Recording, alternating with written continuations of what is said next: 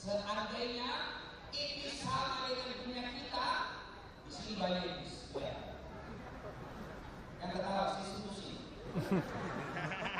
Ya, percaya tuan, di sekeliling kita ini banyak iblis. Kenapa tidak nampak Ustaz? Karena alam dan dunia kita beda. Alam dunia, alamnya alam nyata. Alam dunia masih manusia, alam nyata. Iblis, alamnya alam gaib. Seandainya kita lihat, tak ada yang tinggal di sini. Kenapa? Lari semua Pak. Kita tahu mana ini sih? Ya, takut semuanya. Nah, iblis ada di sekitar kita sini. Apa iblis itu? Satu, handphone. Aduh. Iblis itu. Lagi dia berceramah, serius. Kamu di mana? Saya depannya Ustaz. Hari tadi saya tunggu kau. Ah, itu iblis itu. Mana lagi ada iblis? Di situ banyak sekali iblis ada tadi. Orang sholat Isya dan tidak sholat. Ya. Sini ada iblis. Dalam bentuk apa? Cewek cantik. Datang pengajian sama ceweknya. Boncengan lagi. Rapat. Iblis.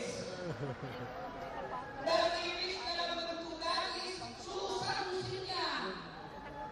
Kalau iblis yang tak nampak baca kamus tadi Pak. Tapi iblis dalam bentuk cewek gadis dibacakan Yasin tanpa belum dia. Tuan, lanjut lagi bisa. Iblis lalu bermohon lagi yang kedua. Ya Allah, yang kedua permohonan saya, berikan saya kemampuan, berikan saya keterampilan, berikan saya kehebatan untuk menggoda Adam dan keturunannya. Gara-gara Adam saya diusir dari surga, saya mau balas dendam. Aku nak balas dendam, berikan saya keterampilan. Allah menyampaikan Allah berfirman, oke guys, saya kasih kau keterampilan, boleh melakukan apa saja. Satu yang tidak boleh, jangan cabut nyawanya, itu hak saya. Jadi tuan-tuan, iblis itu punya kemampuan berubah diri.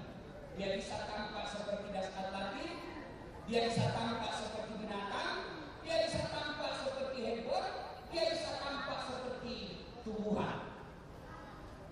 Makanya kalau ada orang kesurupan, orang tulis 9 At-Tamajin, kesurupan itu bukan neneknya yang masuki, tapi iblisnya neneknya. Karena ada orang biasa bilang begitu, kesurupan Ustaz, dimasuki arwah neneknya. Ada bisa, arwah kalau sudah meninggal, sudah wafat, dipegang oleh Allah, tidak bisa lebih lepas. Lalu dia cakap ini, kenapa dia bisa bahasa Jawa? Dia orang Buddhis. Itu di Jawa yang masukin.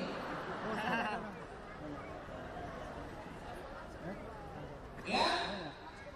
Nah, Allah turunkan iblis, kau tidak akan mati sampai hari kiamat. Dua iblis, kau tidak akan, kau diberikan kemampuan menggoda anak cucunya. Dan siapa yang kau punya? Lalu Allah berfirman, supaya adil, maka kamu iblis saya kasih senjata, Adam juga saya kasih senjata. Supaya apa? Pertempuran adil. Kalau saya kasih kau senjata, Adam tidak dikasih senjata, menang berdiri kau. Supaya adil, Adam juga saya berikan senjata. Apa senjatanya? Allah berikan senjata agama. Artinya apa? Maknanya apa? Untuk melawan serangan iblis dan para tentaranya, agama adalah senjata paling tepat. Kita lanjut kisah. Iblis lalu dikeluarkan dari surga. Iblis keluar dari surga. Keluar iblis. Lalu iblis mulai melakukan serangan kepada Adam. Dia carinya kekurangan Adam. Dia carinya apa cara menggoda Adam. Ternyata rahasia Adam tetap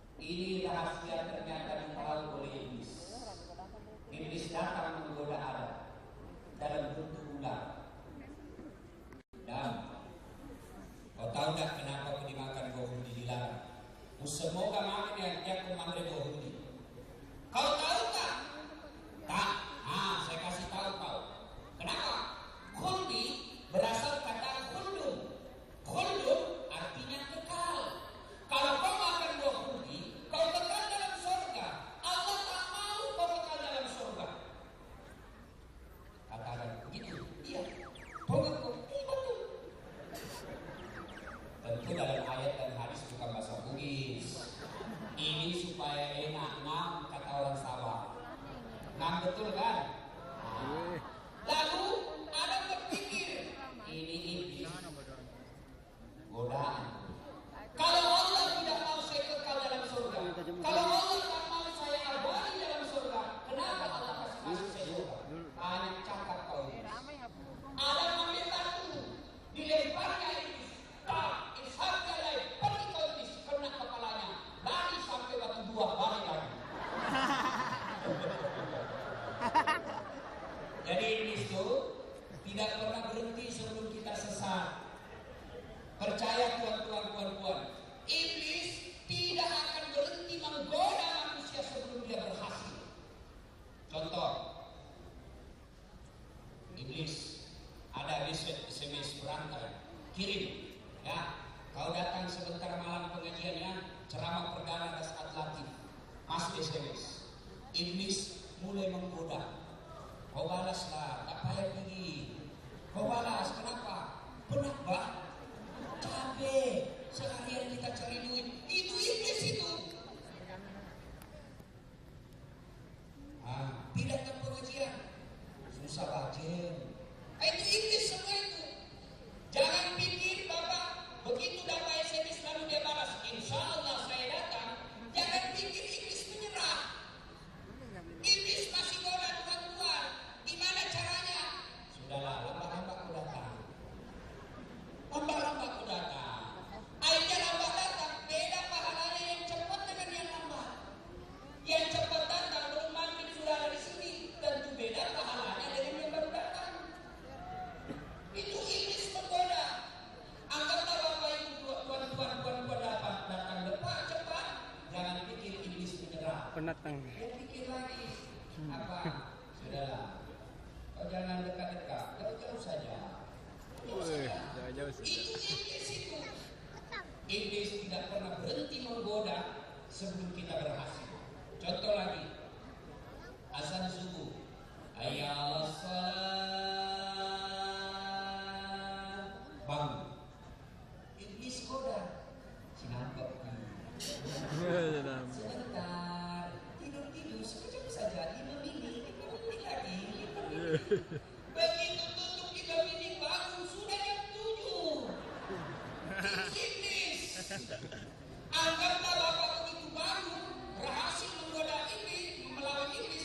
Jangan pikir iblis menyerah. Apalagi iblis begitu Bapak bangun, iblis goda lagi. Air sejuk betul bah, sejuk. Sekejaplah, sejuk itu. Itu iblis. Anggaplah puan berhasil mengalahkan iblis lalu datang dulu. Iblis masih goda. Cepat berhasil.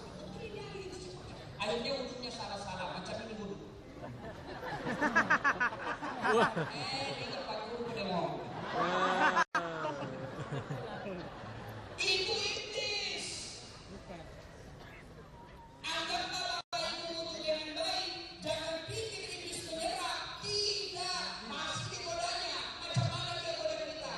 Sudahlah, capaya ke salat sunnah, rawatib, langsung sampai salat subuh. Itu iblis. Anggaplah Bapak salat subuh, lalu salat sunnahnya juga baik, angkat takbir. Jangan pikir iblis menyerah. Dia dorongnya lagi kita. Apa? Cepat-cepat bah, cepat-cepat. Sudah pendek saja. Buat kasih duluan lah. Itu iblis. Tadi saya yakin sholat dan berdoa tadi banyak iblis. Apa iblisnya? Iblisnya kita lama betul tuh imam. Itu iblis.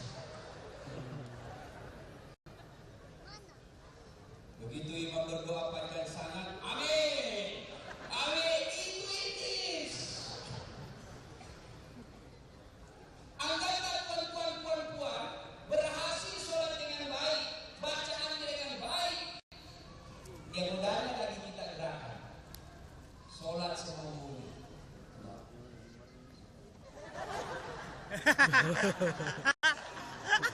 Iblis. Aduh. Kadang-kadang kakinya gatal, dia garuknya. Karena kalau garuk ini ketahuan, jadi dia garuk macam itu iblis. Aduh. Iblis ada di sekeliling kita. Anggaplah bacaannya fasih, gerakannya sesuai sunnah. Jangan pikir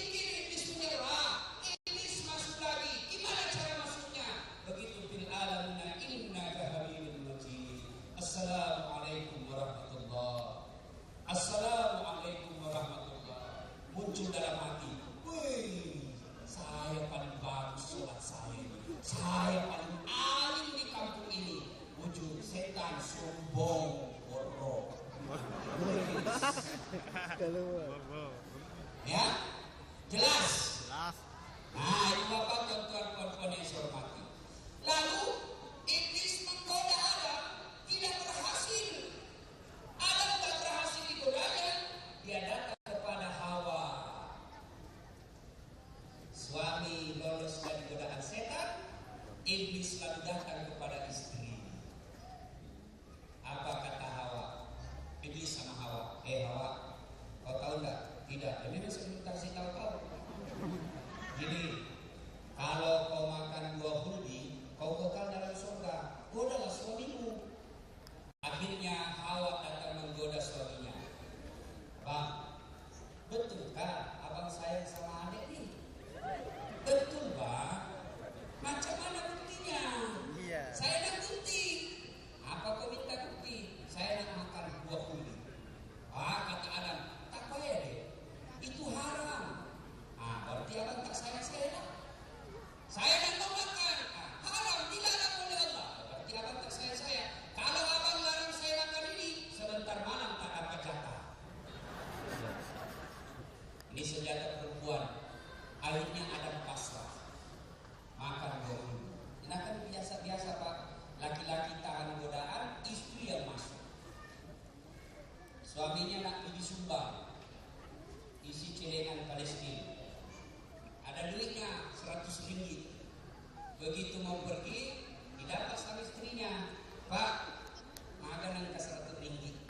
Kenapa ada 100 ringgit di kantong? Mau nyumbang. Apa cakap istrinya? Sok kaya juga kamu. Itu 100 ringgit di cincin. Itu iblis. Dalam bentuk ini. Nah, tuan-tuan yang saya hormati, akhirnya Adam dan Hawa makan buah huldi. Begitu makan buah huldi, kedengaran suara dari aras Allah. Adam, kau keterlaluan. Segalanya sudah kuhalalkan, segalanya kubolehkan. Satu yang tidak boleh. Kenapa yang satu ini kau lakukan? Inilah manusia Pak. Kalau dikasih 10 aturan, 9 boleh, 1 tak boleh, dan 1 buat penasaran. Kenapa ini tak boleh? Kenapa ini tak boleh? Sama lah kita ini, laki-laki semua. Ada istri yang halal di rumah, kita pergi cari yang tidak halal di KK. Betul Pak? Betul?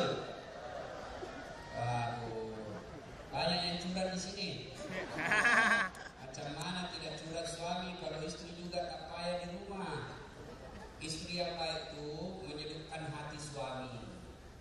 Datang suaminya, dia sambutnya dengan senyum. Assalamualaikum warahmatullahi wabarakatuh, kakandaku tersayang. Dijawab oleh suaminya, waalaikumsalam adindaku tercantik.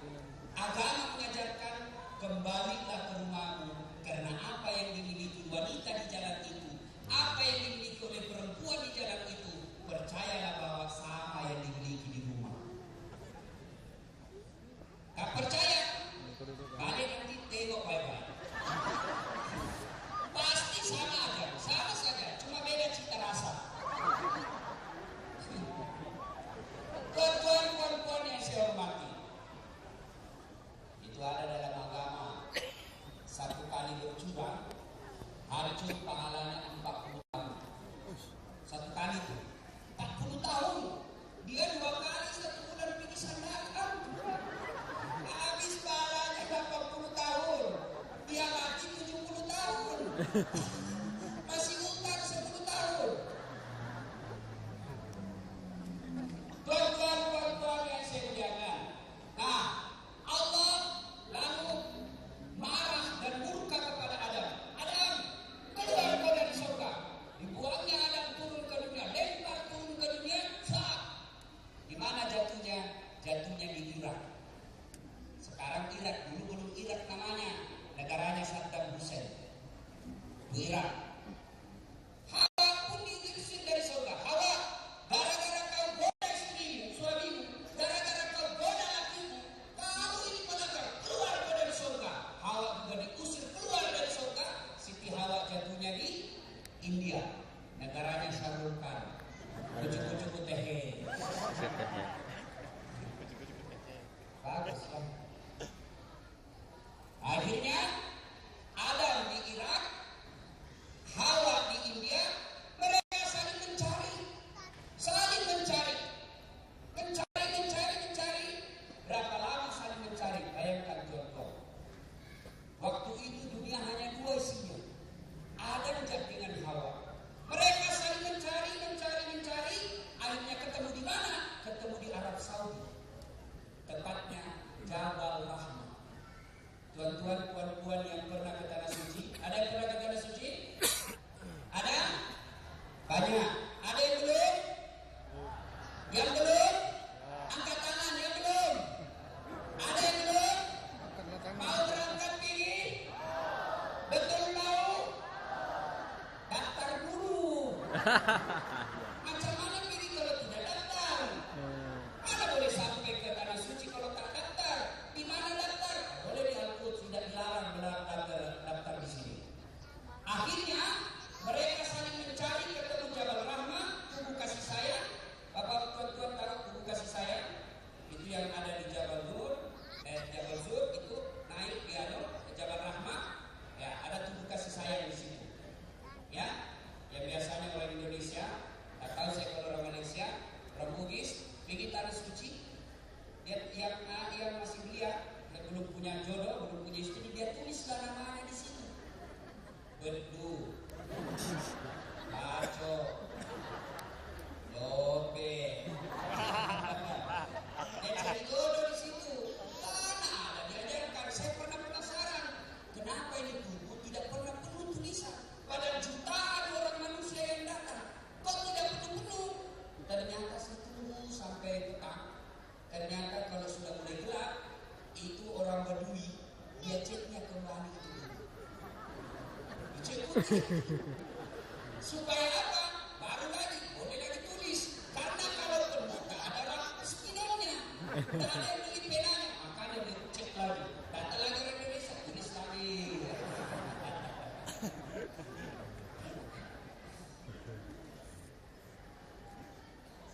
Tuan-tuan, puan-puan yang saya hormati.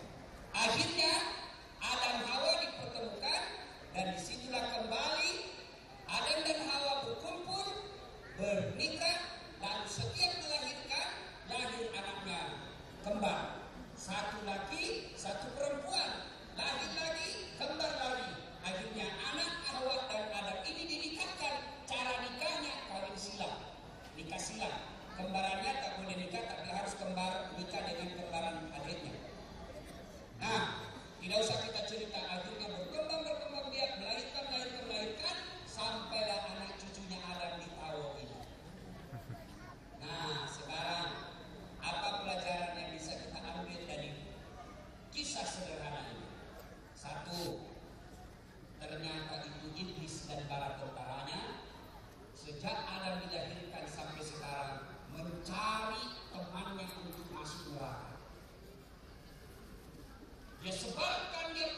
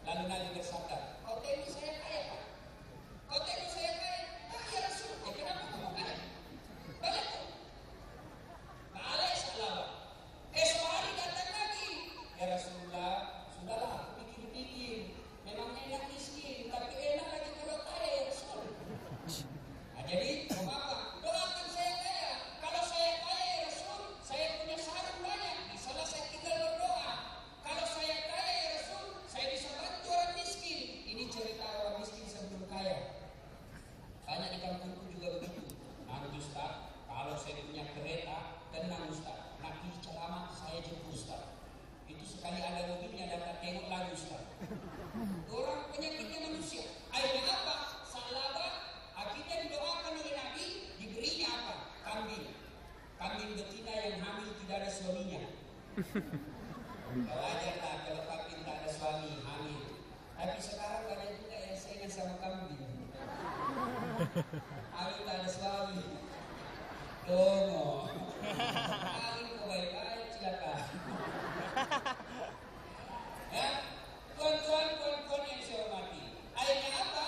Salaba dikasih kambing yang dari 1 ekor beranak menjadi beberapa ekor, menjadi puluhan ekor. Ketika puluhan ekor, Salaba tadinya sebelum asal sudah ada di masjid, ini qamat baru datang masjid. Nabi tengok, nak kena dia apa?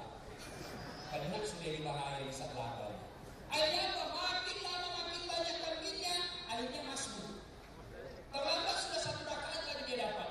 Nabi dalam hati sudah bahaya, kena musibah sudah di Salaba. Lama-lama tak nampak lagi Salaba di masjid. Akhirnya Nabi katakan, inna lillahi. Akhirnya tolongan ya Pak. Karena sudah ini musibah Salaba. Turun ayat tentang perintah zakat. Rasulullah bersabda, kau pergi minta zakatnya Salaba. Sahabat pergi tadi zakatnya Salaba. Salaba, saya diperintah Rasulullah untuk menyebut mengambil zakatmu. Apa kata Salaba? Tunggu dulu bos. Pada cicis. Kamu datang meminta zakat. Saya ini enak kali kau. Saya setengah mati pelihara di kambing. Gara-gara ini kambing saya tidak pergi masjid. Kamu datang minta-minta. Ya, ada kok. Sampaikan ini sama Nabi. Panggil kedua kalinya. Datang lagi utusan. Nabi minta kau bayar zakat. Tetap tidak mau. Kembali lagi ketiga kalinya. Tetap tidak mau.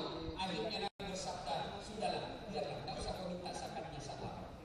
Ringkas kisah, turun ayat Allah yang kesimpulannya menjelaskan banyak di antara kalian ketika miskin hamba Allah, tetapi setelah kaya hamba harta. Tanyakan begitu. Waktu baru datang dari Indonesia, miskin, kasihan, masih rajin ke masjid. Waktu baru datang di Indonesia, belum punya ladang, belum punya kereta, rajin berdoa di masjid. Sekali sudah kaya, lupa Allah. Banyak yang begitu. Banyak yang begitu. Itu iblis. Akhirnya apa? Salaba baru sadar, disampaikan, datang bilang kepada Salaba, Salaba, barusan ayat turun sepertinya kau masih begini. Itu tidak kena ya. Akhirnya Salaba sadar, dia datang bawa zakatnya kepada Nabi. Ya Rasulullah, maafkan saya, terima zakatku ya Rasulullah. Nabi bersabda, sudahlah Salaba, 3 kali kau kasih malu saya, balik pulang itu salahmu, buang. Ringkas kisah Rasulullah wafat, diganti Abu Bakar. Datang lagi Salaba, ya Khalifah Rasulullah, tolong terima zakat saya. Apa kata Khalifah? Mohon maaf, Nabi pun tak berani terima zakatmu. Manalah aku berani, bawa sudah pulang. Kalau bahasa kita, Andre yang goda. Maafkan apa itu? Meninggal Abu Bakar, digantikan oleh Umar. Datang lagi Salaba, ya Amirul Mukminin, tolong terima zakat saya. Umar berkata, saya tak berani. Bawa pulang sudah itu harta. Ringkas kisah, 13 tahun kemudian Salaba dikabarkan bangkrut dan dia mati dalam keadaan kafir. Banyak orang Pak ketika miskin rajin sholat, ketika dia miskin rajin berjamaah di masjid, ketika dia miskin sopan bicaranya, ketika dia miskin santun sama jirannya, tetapi setelah kaya seolah-olah dia yang punya ini dunia. Mudah-mudahan tidak ada jinnya seperti kita di sini. Amin. Itu hikmah yang pertama. Yang kedua, setan itu menggoda kita dalam bentuk yang bermacam-macam. Setelah tadi harta, dia godanya kita dengan apa? Hiburan. Terutama dia musik, lagu. Zaman saya kecil, lagunya bagus-bagus. Saya baru-baru ini tengok di CD dengan ibu saya di kampung. Lagunya Titik Sandora. Bagus kan? Insya Allah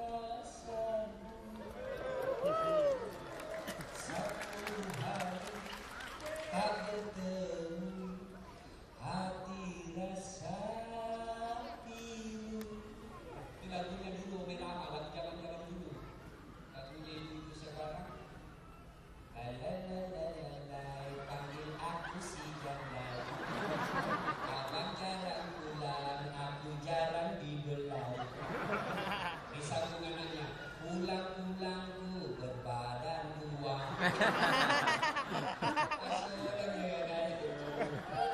semua setan itu.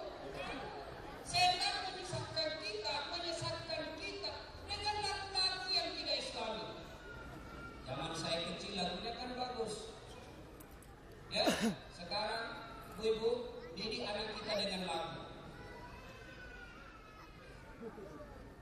Topi saya bundar, bundar topi saya.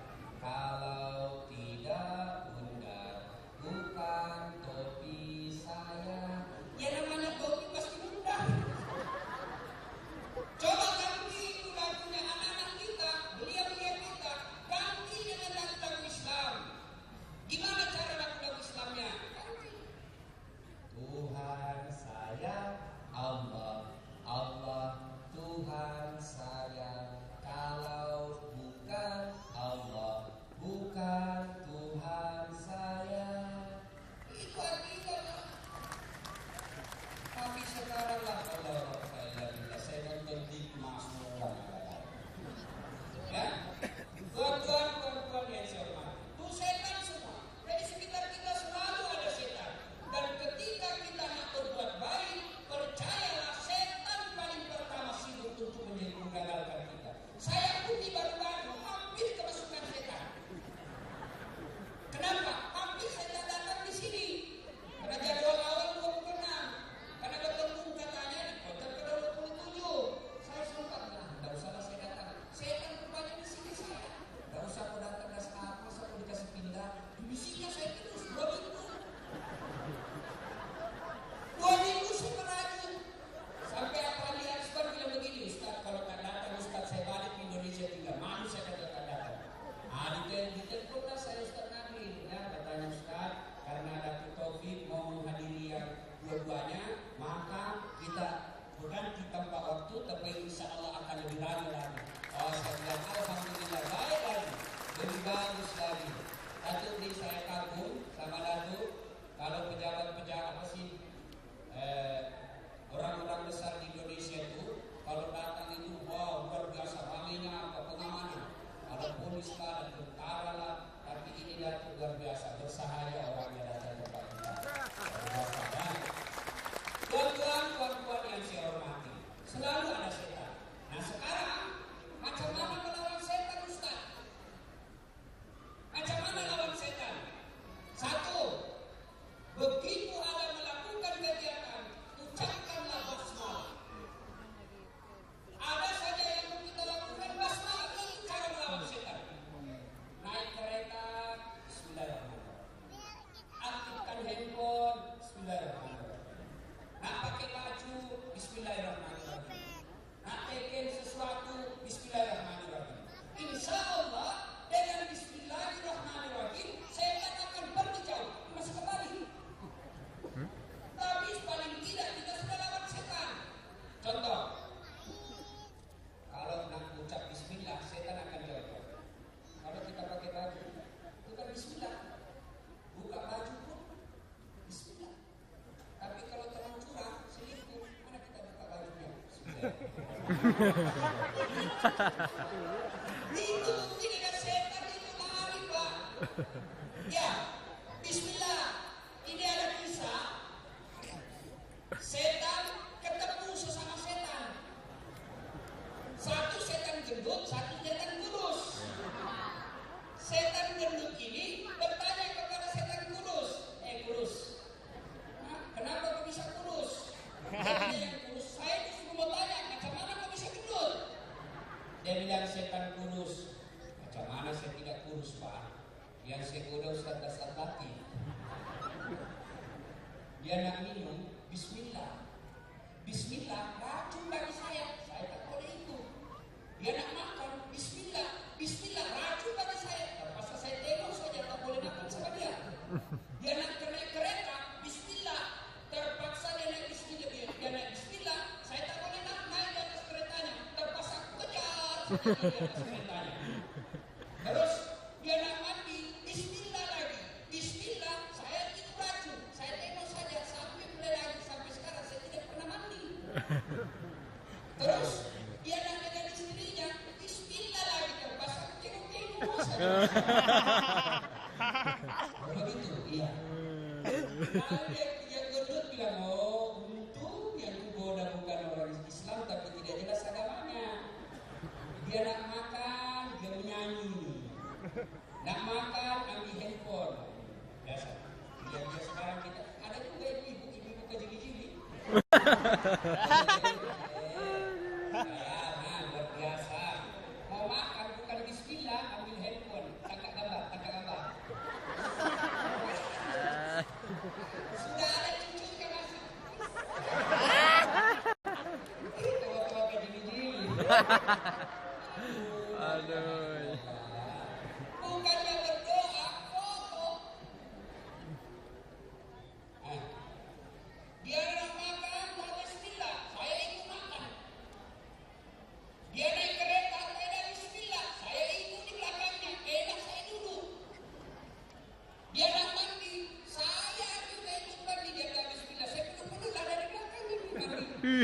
Dia tidur sama istrinya, tidak bismillah, dia hubungan sama istrinya, tak bismillah, saya ikutlah sedikit-sedikit. Bayangkan kalau iblis ikut bantu bapak bikin anak. Apa tidak anaknya seperti ini, setan yang sepanjang. Jadi lawan setan itu satu, basmalah. Biasakan basmalah. Kedua, senjata paling ampuh melawan setan, istighfar. Istighfar. Ada rasa sombong ketika kita punya kekayaan, punya kereta baik, punya pangkat baik, itu manusiawi ketika sombong. Tapi orang yang beragama dengan baik, dia akan lawan perasaan itu dengan cara apa? Istighfar. Astagfirullahaladzim wa atubu ilaih. Kasih bantu secapannya. Astagfirullahaladzim wa atubu ilaih. Ya astagfirullah. Astagfirullah. Artinya, tengok cewek cantik, astagfirullah. Nah, itu agama menginformasikan. Tengok aurat perempuan tak sengaja, begitu tengok satu kali itu rezeki. Ya, batas rezekinya berkedip mata. Kalau sudah berkedip, ucapkan dulu subhanallah. Maha suci Allah yang menciptakan yang indah itu. Begitu sudah kedip, astagfirullah. Ya, jangan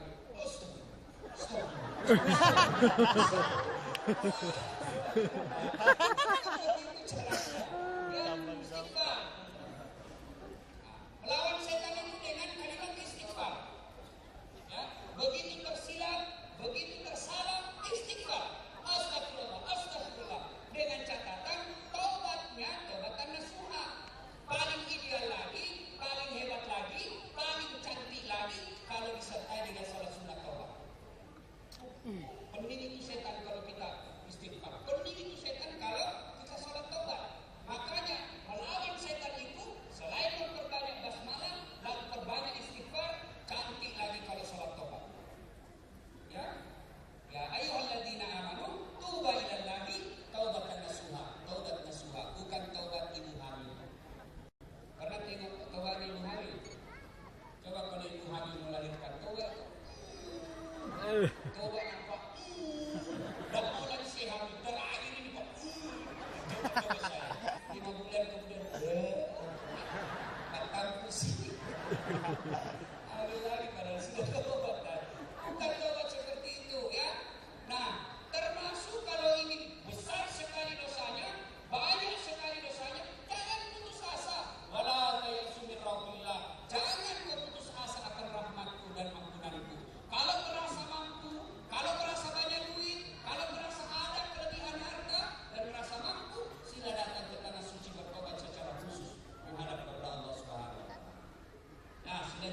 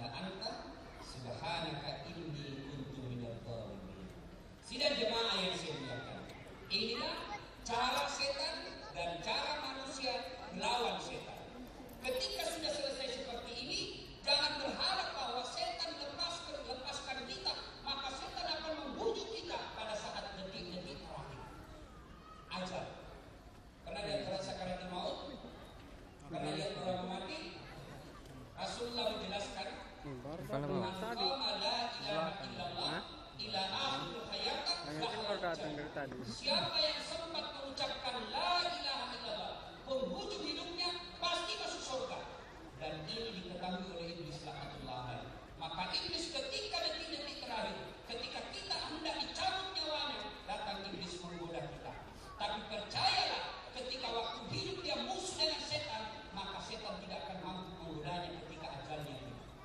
Datang iblis ketika misalnya ada sakaratul sakaratul maut. Datang iblis. Saat pernah lihat kan orang sakaratul maut? Haus kan, tenggorokannya bunyi. Seperti orang sakit sudah dipotong. Datang iblis. Lalu iblis berkata, kau haus kan? Iya, saya haus ini. Ini ada air, saya kasih kau.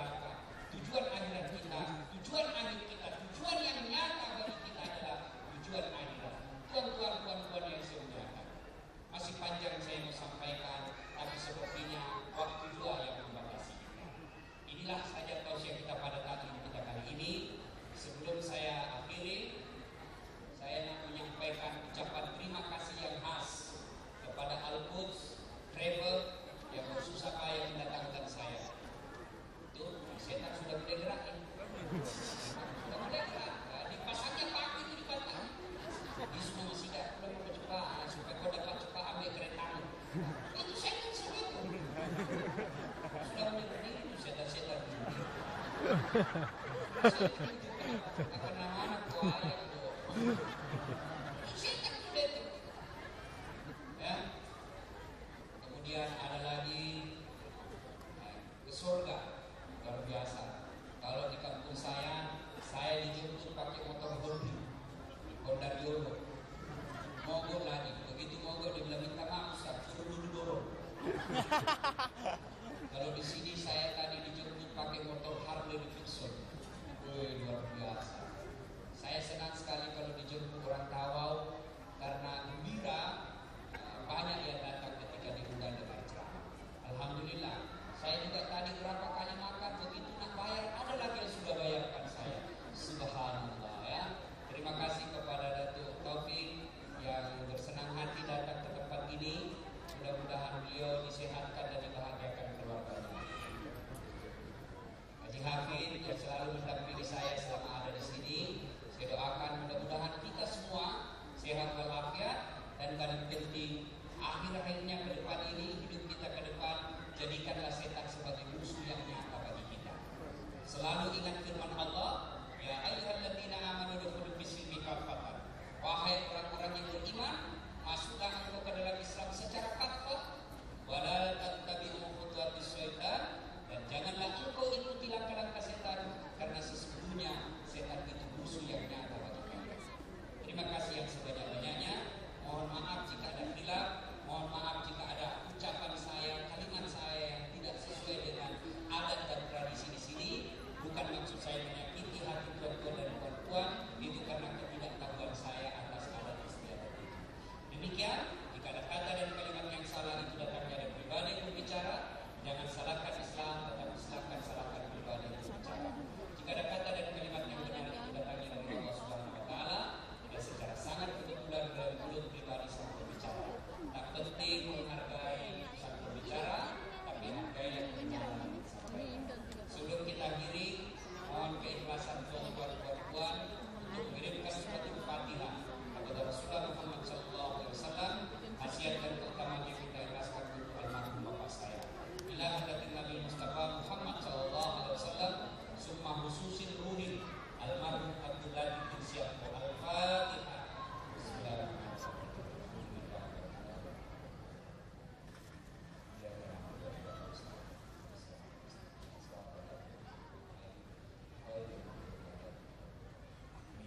Sebelum saya akhiri, insyaAllah ada program dari Al-Quds Travel, umroh bersama Ustaz Dasar Latif. Artinya jika nak umroh di bawah bimbingan dan arahan Ustaz Dasar Latif, sila mendaftar segera di Al-Quds Travel. Dengan senang hati kita akan menjemput bantuan puan-puan untuk ke Baitullah bersama. Dalam hadis qudsi Allah jelaskan, siapa yang datang berkunjung ke Baitullah, Allah memberikan dua jaminan. Satu, diampuni segala dosa-dosanya. Yang kedua, dikabulkan segala permohonannya. Wallahu a'lam bishawab. Demikian, lebih dari kurang yang mohon dimaafkan. Nun wal kalam yang masturun. Billahi taufiq wal hidayah. Assalamualaikum warahmatullahi wabarakatuh.